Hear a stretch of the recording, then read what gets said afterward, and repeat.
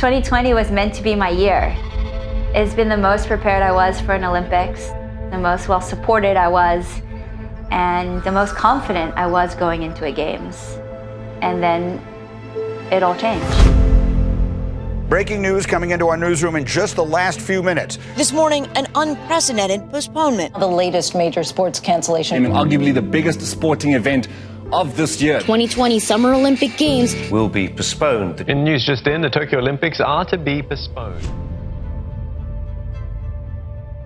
Today was meant to be the day that I was flying to the Tokyo Olympics, but instead I'm here in Stellenbosch, South Africa, training away under sort of strange conditions, very different from what I anticipated I would be doing right now in July.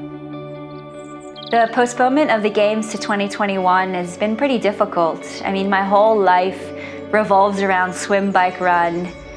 I'd envisioned my 2021 to look completely different. Obviously still racing, but in a much more relaxed way. I mean, preparing for an Olympics, particularly if you want to go there and perform and medal, it's intense. Your whole life revolves around that. Your training is your main thing. There's so many sacrifices. And it's not just myself, it's the people around me, those in my inner circle. Their whole lives are also dedicated to my triathlon.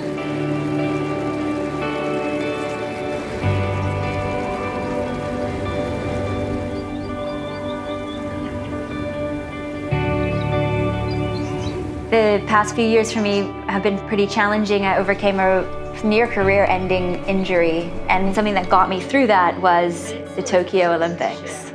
That was always been my goal, like ever since I was a little girl, was to medal at the Olympics. So even in my darkest times when I was injured and unsure if I would ever run again or race again, I just thought to myself, I can't give up, because little 8-year-old Flora will never forgive 32-year-old Flora if she gives up now.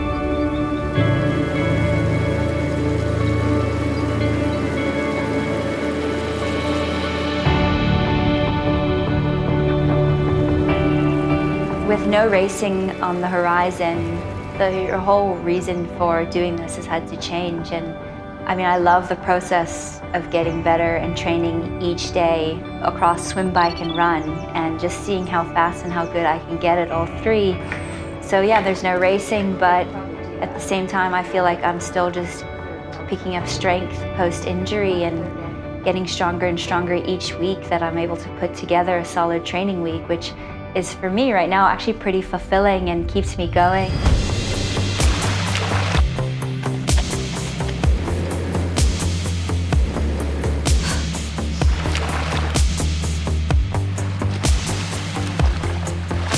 I'm able to swim 5 to 6 times a week, so I roughly swim 20 to 25 Ks a week. The riding, I ride 6 days a week. That can vary, I guess, anywhere from 300 to 400 Ks a week, and then the running, 5 to 6 days a week, and that'll look like anywhere between 60 and 70 Ks. And then I'll gym 3 times a week. So yeah, it's pretty full on. The other thing that I didn't see myself getting into in 2020 was Zwift racing. So I would do a weekly race with fellow triathletes from around the world. I would dread them all day leading into the race.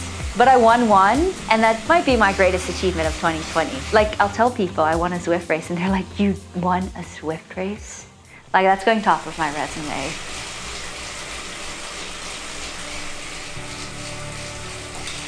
Even though the goalpost has moved to 2021, I've been kind of lucky that because I was building back from an injury, that an extra year just might benefit me just to have more consistency, gradually build the mileage back up, and just get to a place where I can solidly just knock out these big training weeks back to back.